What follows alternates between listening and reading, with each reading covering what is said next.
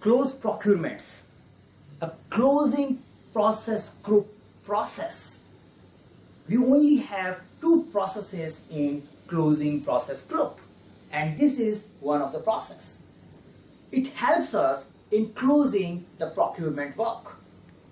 Now, before we close the procurement work, what should we have? We should have acceptance of all deliverables. The vendor, the supplier, must produce an evidence which says that yes, all the deliverables has been accepted.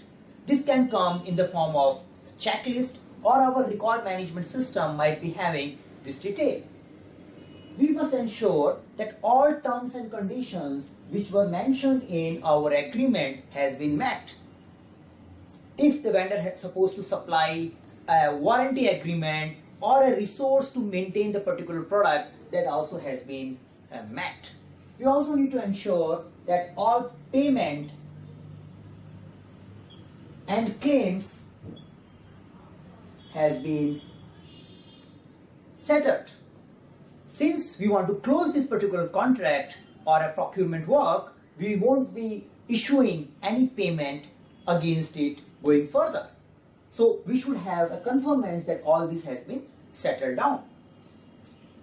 Now, how do we do it? In order to ensure the deliverables, terms and conditions, etc. has been met, we need to look at our record management system.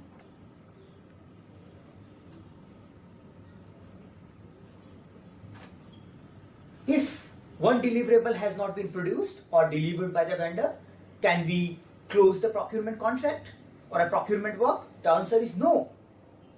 We need to go back in our control procurement and we need to get that particular deliverable delivered, or we need to modify the contract. We need to modify by way of excluding that deliverable from our contract. The modification may have impact on the payment we are going to make. If the vendor is not delivering that things, we may not pay the complete amount. So that goes into contract change management process, which was part of our control procurements. Can we terminate the contract unilaterally? It can be done. It all depends upon how the terms and conditions has been mentioned in our agreement. If there are some performance criteria which says that if the vendor is not complying with them, a buyer can terminate it. If that is the case, we can terminate the contract. In that particular case, we may not have all deliverables accepted and the payment and claim process will become different, but we still go through the closed procurement process. Now, if the payments and claims has not been settled, the vendor is asking for some money, but you think that was not right, and this dispute prolonged for long. It was like unsettled issue, but since you are closing it now, you must settle it. So you may end up doing negotiations with the supplier, with the vendor, with the seller. So a closed procurement may involve a tool and technique which is a procurement negotiation.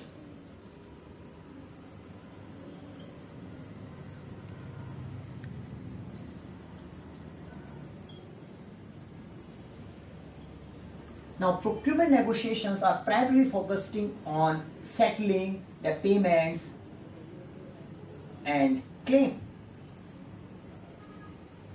There could be an exception that even if after doing a multiple rounds of negotiations, still you and the supplier or a vendor has some disagreements, and these disagreements are so strong that you want to go to court. You want to challenge each other against the agreement, against the legal binding you had in between. In those cases, while dealing in an exam, we should remember that that should be the last resort. We should try to avoid that particular situation, but if we cannot avoid that, then after closing the procurement, we get into dispute. We say that, okay, we are closing this particular contract, this particular procurement, no more working with you, and let us fight this issue in a court. So the closing will not remain open for waiting for that particular resolution. So let's just keep that point in mind. Doing this and record management system, we also want to see how well we did in our procurement. Since we want to record this learning for our future work, so we perform procurement audit.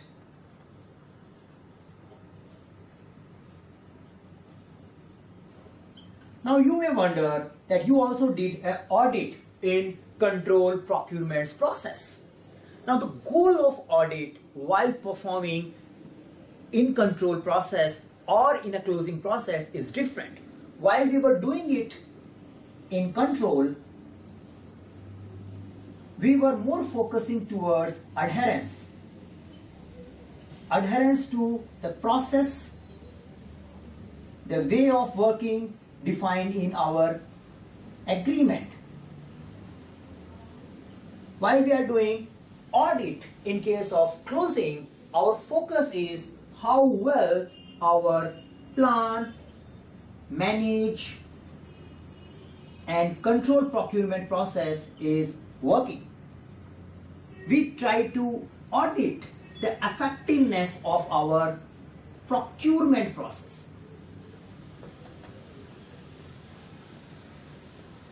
So that we can update the lesson learned in our organization process assets. So this triggers what do we produce as an output of closed procurement. The output of closed procurement would be closing the contract, closing the procurement. So we says output of closed procurement is closed procurements and update in organization process assets. Why? Because we have assessed the effectiveness of our procurement work, we have assessed a relationship with our vendor. Those things has to be updated in a organization process assets related to performance of even the procurement process. Since the procurement work is something which happens at an organization level, there could be a different department and different person who would be handling all the procurements as a centralized authority.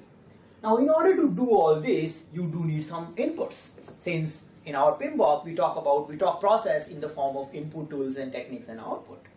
So input, you can just judge. We just need a plan and we need an agreement or a procurement documents. So these are two inputs. We talk about project management plan and procurement documents. So then as an input, we get project management plan and procurement documents. So these two inputs, tool and technique, we have negotiation, we have record management system because we would be keeping the record of all those activities which we have performed while conducting procurement. We want to archiving those details for the future reference since it was a legal thing, and also record management system also helps us in verifying that deliverables, terms and conditions, payments and everything has been done as per the agreement. And the third tool and technique which is used in closed procurement is procurement audit. The output is closed procurement and update organization process assets. Now this process looks very simple, very small, very few inputs, very few outputs and some tools and techniques. But from an exam point of view, it's an important process because we only have two processes in closing process group. Do remember that this process should get performed before we close the project. In a multi-year, a long project, we may perform a procurement closure multiple times. For every vendor, for every procurement contract, we will be performing this particular process. And the learnings, the records which we make here also considered while we close the project. So closing process which helps us in closing the procurement.